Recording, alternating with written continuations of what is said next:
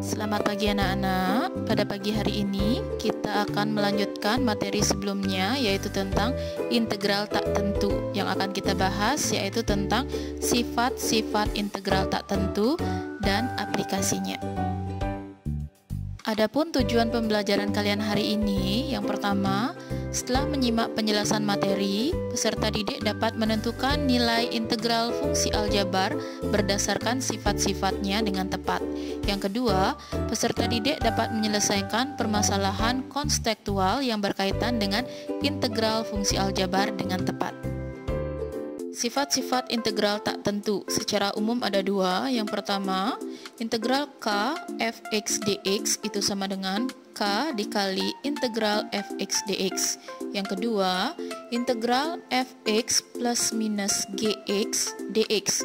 Di sana kita pecah, kita cari dulu integral fx dx-nya, kemudian ditambah ataupun dikurang sesuai dengan soal dengan integral dari si gx dx. Untuk lebih memperjelas, perhatikan contoh soal berikut. Contoh soal nomor 1, di sana ada integral 4 dikali dalam kurung 2x kuadrat plus 3x min 4 dx. Sama dengan pembahasannya, jadi 4-nya kita bisa bawa ke depan dulu, kita keluarkan. Jadi 4 dikali dengan integral 2x pangkat 2 plus 3x min 4 dx. Selanjutnya, setelah itu 4-nya kita kalikan dengan hasil pengintegralan dari 2x pangkat 2 plus 3x min 4 dx. Itu hasilnya adalah 4 dikali dengan 2/3 x pangkat 3 plus 3/2 x pangkat 2 min 4x plus c. Plus c-nya cukup ditulis sekali saja. Jadi hasil akhirnya itu tinggal kita kalikan dengan 4. Jadi 8/3 x pangkat 3 ditambah dengan 6x pangkat 2 dikurangi dengan 16x plus c. Contoh soal nomor 2, diketahui fungsi fx sama dengan 2x pangkat 3 min 5x plus 3. Kemudian fungsi gx itu sama dengan x pangkat 2 plus 3x min 2. Nah, kalian disuruh mencari integral dari fx plus gx. Nah, perhatikan pembahasannya. Jadi kita harus cari dulu satu persatu integral dari fungsi fx, kemudian integral dari fungsi gx. Itu mencari sesuai dengan konsep sifat-sifat integralnya. Tapi jika kalian mencari fx-nya kemudian tambah gx dulu baru diintegralkan, itu boleh, hasilnya sama saja. Nah, kalau sesuai dengan konsep, kita perhatikan di sana integral dari 2x pangkat 3 min 5x plus 3 dx itu adalah 2/4 x pangkat 4 min 5/2 x pangkat 2 plus 3x plus c. Selanjutnya, untuk integral dari gx itu adalah 1/3 x pangkat 3 plus 3/2 x pangkat 2 min 2x plus c. Nah, kemudian kita gabungkan keduanya. Kumpulkan yang bervariabel dan berpangkat sama. Jadi hasil akhirnya itu adalah 2/4 x pangkat 4 ditambah 1/3 x pangkat 3 dikurangi 2/2 x pangkat 2 plus x plus c. Ingat, plus c-nya ditulis cukup sekali saja. Selanjutnya di sini ada aplikasi dari integral. Di sana ada dua. Yang pertama tentang persamaan kurva. Yang kedua tentang jarak, percepatan dan kecepatan. Yang pertama tentang persamaan kurva. Di sana rumusnya ialah y sama dengan integral dari f aksen x. Jadi y sama dengan fx plus c. Nomor 2, jarak, percepatan dan kecepatan. Untuk kecepatan sesaat di sana memiliki rumus v dalam kurung t itu sama dengan integral dari a kali t dt. Untuk jarak itu s dalam kurung t itu sama dengan integral dari v dalam kurung t dt. Untuk lebih memperjelas, perhatikan contoh soal berikut.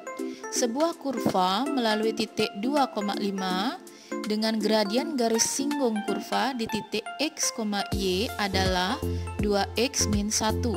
Tentukan persamaan kurva tersebut. Perhatikan pembahasannya.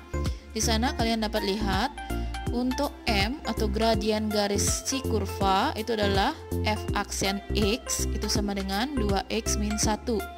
Nah, cara kita mencari Fx-nya itu adalah dengan mengintegralkan dari 2X min 1.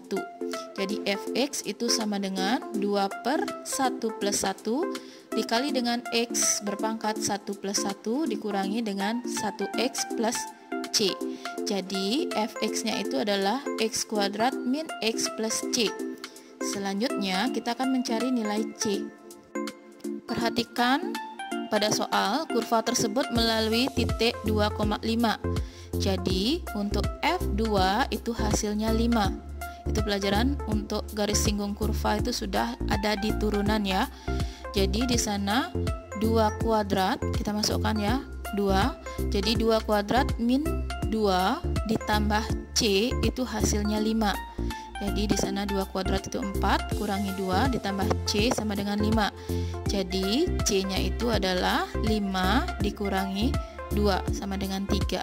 Jadi persamaan kurvanya itu adalah Fx sama dengan X kuadrat min X plus 3. Contoh soal nomor 2, sebuah bola dijatuhkan dari atas gedung dengan percepatan 10 meter per sekon kuadrat. Jika kecepatan awal 2 meter per sekon, tentukan kecepatan bola pada detik kelima. Perhatikan pembahasannya. Nah, untuk percepatan, dia merupakan turunan pertama dari kecepatan. Itu sudah kalian pelajari pada bab turunan. Jadi si Vt itu adalah integral dari 10 dt. Sama dengan 10t plus c. Jadi kita mencari si c sekarang. Untuk kecepatan awal berarti V0 itu sama dengan 2. Jadi 10 dikali 0 ditambah c sama dengan 2. Jadi C sama dengan 2. Sehingga kecepatannya dia memiliki rumus itu adalah 10T plus 2.